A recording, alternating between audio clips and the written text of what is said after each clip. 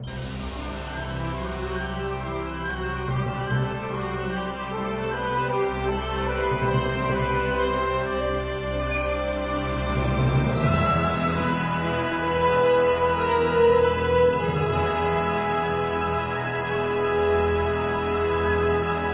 menghindari pejalan kaki yang menerobos lampu merah, mobil melaju tak terkendali ke arah wanita ini.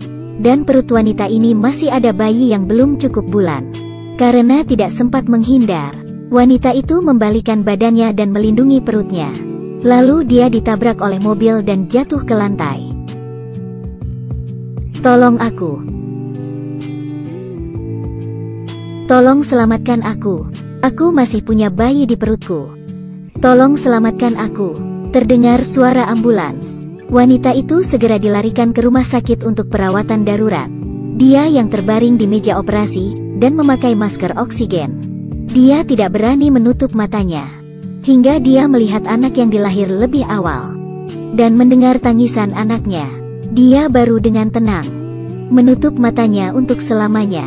Tapi Yuri tidak pergi selamanya. Tapi dia menjadi arwah dan terus menemani putrinya.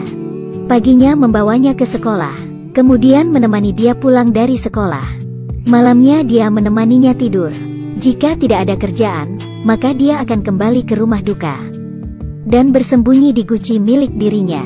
Pada hari kematiannya adalah hari yang paling bahagia untuknya. Bukan hanya karena keluarga akan datang mengunjunginya dan beribadah, tapi juga karena Yuri bisa makan sepuasnya makanan yang mereka bawa. Bahkan bisa meminta dewa untuk meneruskan pesannya. "Lain kali minta keluargaku membawa whisky untuk meringankan masalahku." Tapi dia lupa, hari ini juga hari yang paling menyedihkan bagi keluarga. Ayahnya menangis ketika dia menatap foto putrinya. Yuri yang melihat hal ini juga sangat sedih. Namun ibunya berkata, "Kau masih bisa menangis. Dia pergi lebih awal daripada orang tuanya." Apa yang menyedihkan tentang hal itu? Apakah ibunya tidak sedih? Tidak. Di kamar mandi saat tidak ada orang, dia menangis lebih sedih daripada siapapun. Melihat ibunya yang menangis, Yuri hanya bisa menahan air matanya. Dia tidak bisa maju untuk menghibur ibunya, dan juga tidak bisa memeluk ibunya. Dia hanya bisa diam-diam berdoa agar ibunya baik-baik saja. Seo mengambil steker yang berair di atas lantai. Langkah demi langkah dia menuju ke soket. Air di steker masih terus menetes. Yuri yang melihat ini, dia bergegas untuk menghentikannya, tapi tangannya tidak bisa menyentuhnya. Untungnya, ibu tiri datang tepat waktu, sehingga Seo terlepas dari bahaya. Yuri yang melihat itu, akhirnya dia melepaskan semua perasaan di dalam hatinya. Ya, dia sudah mati. Bagaimana mungkin bisa memegang putrinya? Bahkan melihat putrinya yang silau oleh sinar matahari hingga tidak bisa membuka mata. Dia bahkan tidak mampu. Dia hanya bisa menemani putrinya secara diam-diam. Tapi meski begitu, dia sudah merasa sangat puas. Dan hari ini saat Yuri menjemput Seo pulang sekolah, tiba-tiba tersedot ke pohon oleh sebuah kekuatan. Ternyata itu adalah kekuatan dewa. Dia tidak diizinkan untuk mengikuti putrinya, tapi dia tidak pernah menurutinya. Dewa tidak bisa menghentikan dia, sehingga dia pun terpaksa memberitahu ibu tiri Seo. Di rumah mereka ada roh-roh jahat, dan dia menjual jimat kuning agar terlindung dari roh jahat. Yuri melihat itu, dia segera menghentikannya. Tapi saat itu, Seo tiba-tiba menepuk wanita dewa itu. Dewa itu tersenyum dan menundukkan kepalanya, tapi menemukan bahwa Seo tidak melihat ke arahnya, tapi ke Yuri yang di samping.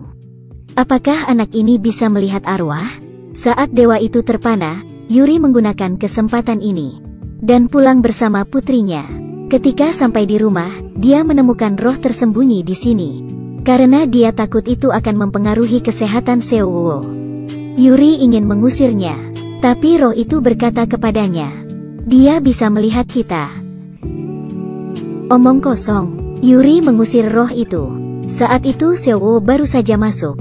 Saat melihat Yuri, dia tidak bereaksi sama sekali. Tapi saat dia akan menabrak Yuri,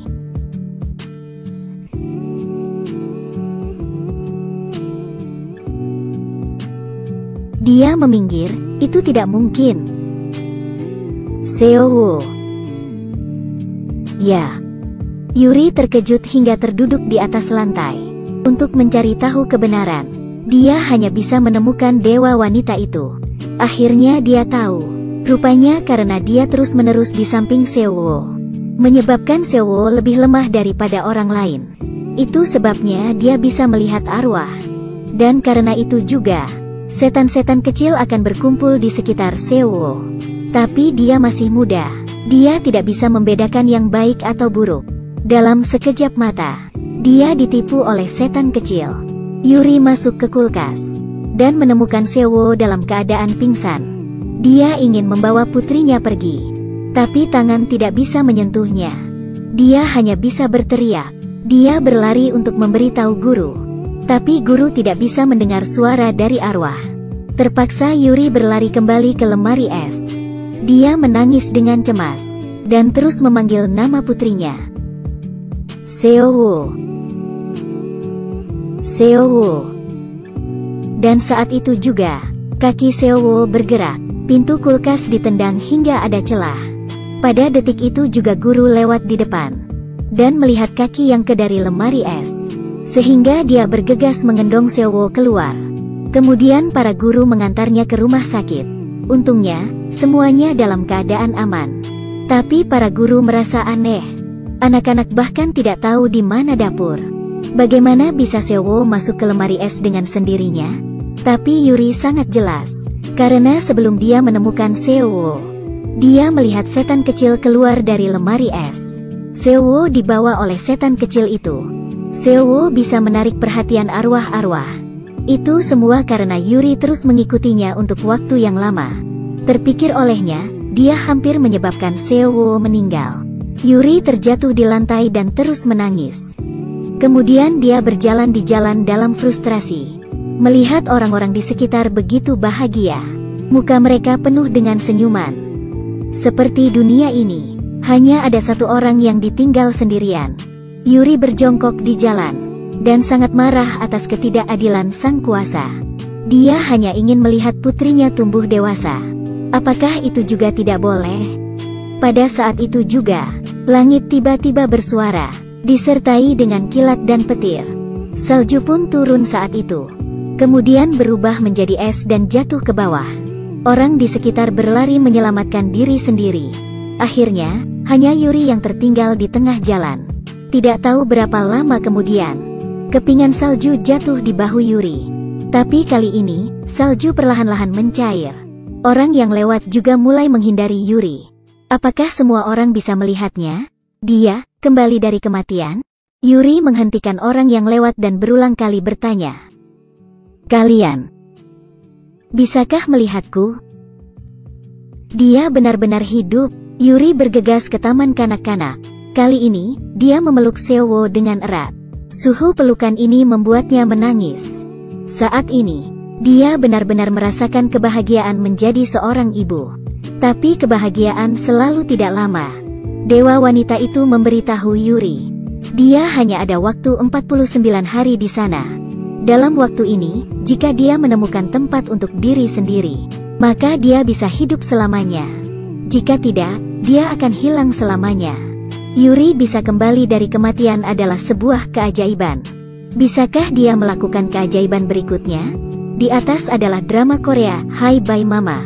Jika hanya menonton episode pertama, itu sudah membuatku menangis. Teman yang tertarik dapat mencari sendiri film ini. Terima kasih, bye-bye.